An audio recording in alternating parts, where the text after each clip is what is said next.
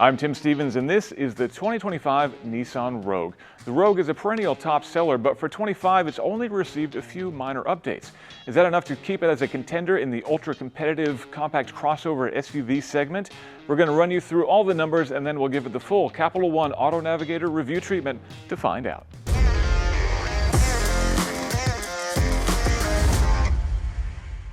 Under the hood of the Rogue, we have a 1.5-liter turbocharged 3-cylinder engine connected to a CVT transmission with all-wheel drive as well. It makes 201 horsepower and 225 pound-feet of torque. It'll do 28 mpg in the city, 34 on the highway, and 31 mpg combined. On the corners, we have 19-inch alloy wheels wrapped in all-season tires. Out back, we have a hands-free power liftgate that opens to expose 31.6 cubic feet of storage that expands to 36.5 if you fold up these cargo trays here. Fold down the rear seats though, and it goes up to 74.1 cubic feet of cargo space, and you've also got 1,500 pounds of towing if you get the optional hitch kit. Inside the Rogue, we have these nice-looking quilted leather seats that are heated. The steering wheel is heated as well. There's a 12.3-inch touchscreen which runs Nissan's infotainment system with navigation, or you can run wireless Android Auto or Apple CarPlay if you prefer.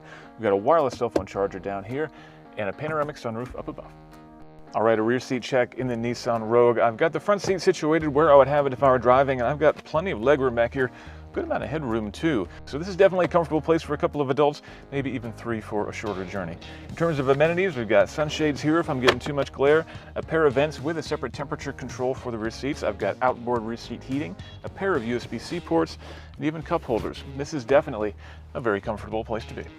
Those are all the numbers on the Nissan Rogue. Let's take it for a drive and see how it performs.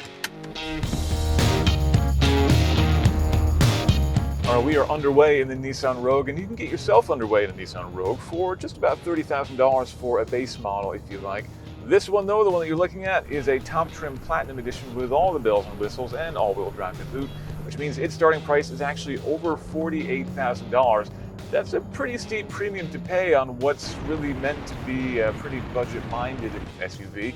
But I gotta say, for how much it costs, the interior actually holds up pretty well. This is a nice looking space. It's got a nice design, a good selection of colors and materials in here. There are some harsh plastics here and there, which I don't love for a car that costs almost 50 grand.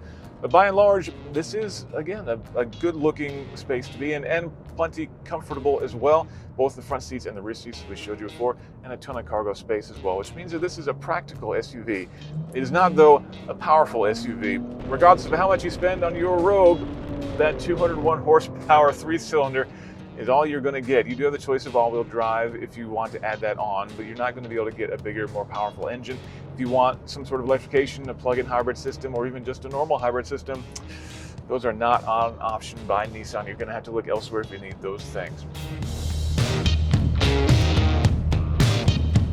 Nissan, though, did add some active safety systems to the 2025 edition of the Rogue, which is a great improvement over before. We have Nissan's ProPilot Assist 2.1 system, which allows this car to basically go hands-free driving in certain limited situations on the highway and certain roads that Nissan has mapped. You can push the blue button on the steering wheel here, and the car will basically keep itself in lane, allowing you to take your hands off the wheel and sit back if you'd like to. You still need to be paying attention. You are still driving the car, but the car will handle the steering for itself and even prompt you to make lane changes if you'd like. It's not as advanced as Ford's Blue Cruise, for example, or the Chevy Super Cruise system. Those systems have been on the market for longer. They have more mapped roads, and they do tend to behave in a more controlled and more comforting way than this one. But still, it is nice to see that in a segment where hands-free driving is a relative rarity still. But overall, the Nissan Rogue continues to be a frugal and practical option. It's certainly not the most exciting SUV on the market, not the most advanced either, but with plenty of cargo space and plenty of comfort, it's still a great and frugal option.